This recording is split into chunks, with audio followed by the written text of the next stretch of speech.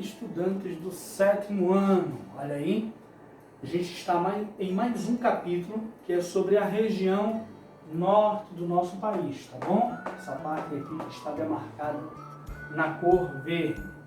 E você, peço para você, estudante, para acompanhar a nossa aula, utilizando o livro de vocês, Geografia, na página 130, tá certo, pessoal? Então, a localização geográfica, olha só, a gente tem aqui as 5 regiões, tá bom? Região norte, nordeste, tá bom? Sudeste, sul, centro-oeste. A região agora em estudo é justamente essa região aqui, é a região norte, tá bom? Do nosso país. E a região norte, olha só, e um destaque maior para ela, pelos estados que fazem parte da região norte: Acre, Rondônia, Amazonas, Roraima, Amapá, Pará e Tocantins, tá bom, pessoal? Essa é a região norte e os estados a qual a gente vai se deter, em algumas aulas, para esse estudo. E aqui, gente, a gente vai fazer o panorama da região norte. Quais suas principais características? Bem peculiares. Então eu tenho aqui os estados a qual eu já apresentei anteriormente, tá bom? Eu tenho também aqui, olha só que destaque interessante, é a maior região do país, corresponde ao território de ocupação da região norte do nosso país, 42,7%. Olha só que interessante. Em contrapartida, ela é a segunda região menos populosa. A primeira é o centro-oeste, tá bom? Então, a população aqui, menos populosa, corresponde a 8,3%. Professor, esses dados, eles estão atualizados? Eu sempre gosto de destacar. Eu estou utilizando os dados aqui, pessoal, correspondente à data de publicação dos livros didáticos de vocês. Ok, pessoal? Sim, uma outra situação aqui muito interessante, maior parte da população é urbana. E porque essa população não ocupa de uma forma homogênea todo o território da região norte, porque é um território que necessita muito, a decadência da infraestrutura é extraordinária. Logo, as pessoas vão sempre para as áreas onde encontra maior comunicação, transporte e assim por diante, uma facilidade para encontrar escolas, para encontrar postos de atendimento médicos e assim por diante. Logo, a maior parte dessa população está justamente nas áreas urbanas dessa região, certo, gente? Vamos seguir aqui. Eu tenho o clima e a vegetação. Com relação ao clima, olha só, é equatorial. E a característica desse clima, ele é quente e úmido. Quente, olha só, e úmido. Tem tudo a ver, porque eu tenho a presença aqui da floresta amazônica. Logo, é muito abafado, é muito quente. Se está muito abafado, se está muito quente, eu tenho uma evapotranspiração, a qual a gente vai falar mais à frente, tá bom? Então, se eu tenho uma evapotranspiração dessa floresta, dessa região, eu tenho aqui a umidade. Então, juntando temperatura e umidade, eu tenho o quê? Chuvas, certo, pessoal? Clima tropical seco. Olha só, o predominante é o equatorial. E o interessante, clima equatorial, o que eu tenho na classificação da vegetação? Eu tenho uma vegetação equatorial. Lembrando, nas nossas aulas eu sempre digo, o senhor desse planeta, com relação à geografia, é o clima, certo, pessoal? Então, se eu tenho um clima equatorial, eu também tenho uma vegetação equatorial. Se eu tenho um clima tropical, a minha vegetação também é tropical, certo? Nessa região, o predominante é o clima equatorial. Olha só a temperatura dessa região. Ela está oscilando de 24 graus e 26 graus Celsius, tá bom? Lembrando que em um determinado período do ano, ele tem a influência aqui nessa região, olha só, do polar atlântico, nessa região conhecida como friagem. Então tem uma queda de temperatura até então significativa, tá certo? Chuvas constantes, devido ao quê? Olha só, quente e úmido. Clima equatorial. Logo eu tenho a evapotranspiração, responsável à floresta, tá bom?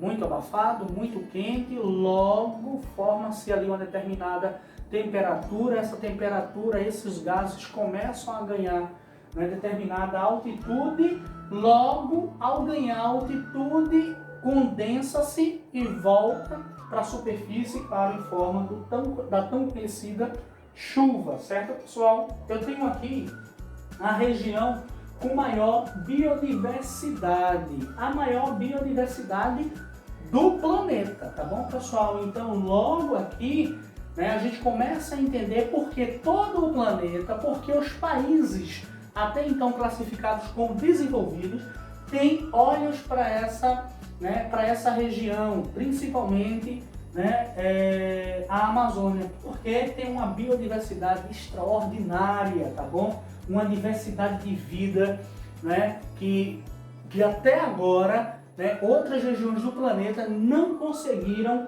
superar, né, a esse porte aqui, certo, gente? Eu tenho aqui a Amazônia legal e internacional, certo? Toda essa parte aqui verde, independente da tonalidade, né, é a região que está justamente localizada, né, toda a parte amazônica, certo? Aí, levando em conta, né, a tonalidade do verde, esse verde aqui mais claro, é justamente a Amazônia legal, tá bom? Então a gente classifica como a Amazônia legal, né, a parte pertencente ao território brasileiro. Então a Amazônia que pertence, que está no território brasileiro, chamamos de Amazônia legal. E a outra parte da floresta aqui, ó, né, dessa parte amazônica aqui está justamente Venezuela, Colômbia, Equador, Peru, Bolívia. Essa parte aqui que não pertence ao Brasil chamamos de internacional.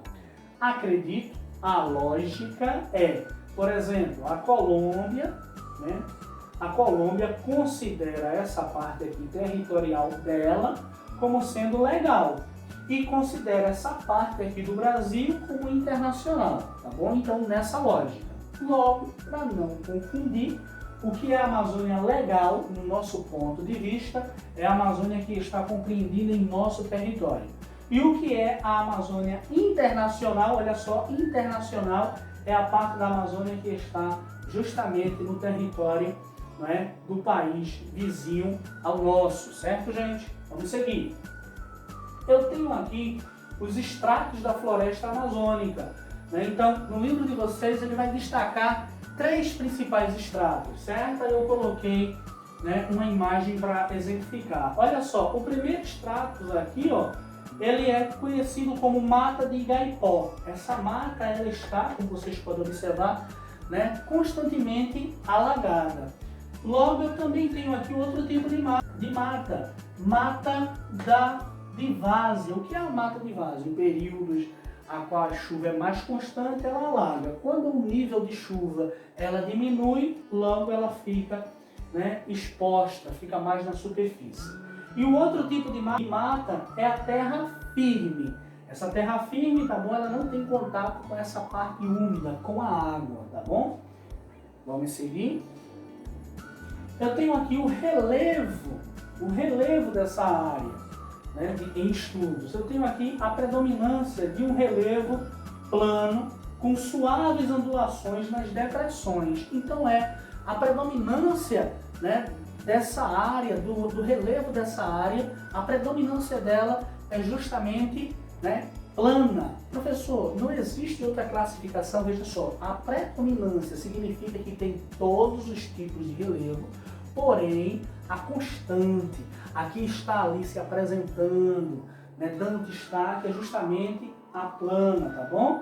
E aqui eu tenho o Pico da Neblina, com 2.993 metros de altitude. Aqui eu coloquei para vocês um exemplar, um perfil desse relevo, tá bom?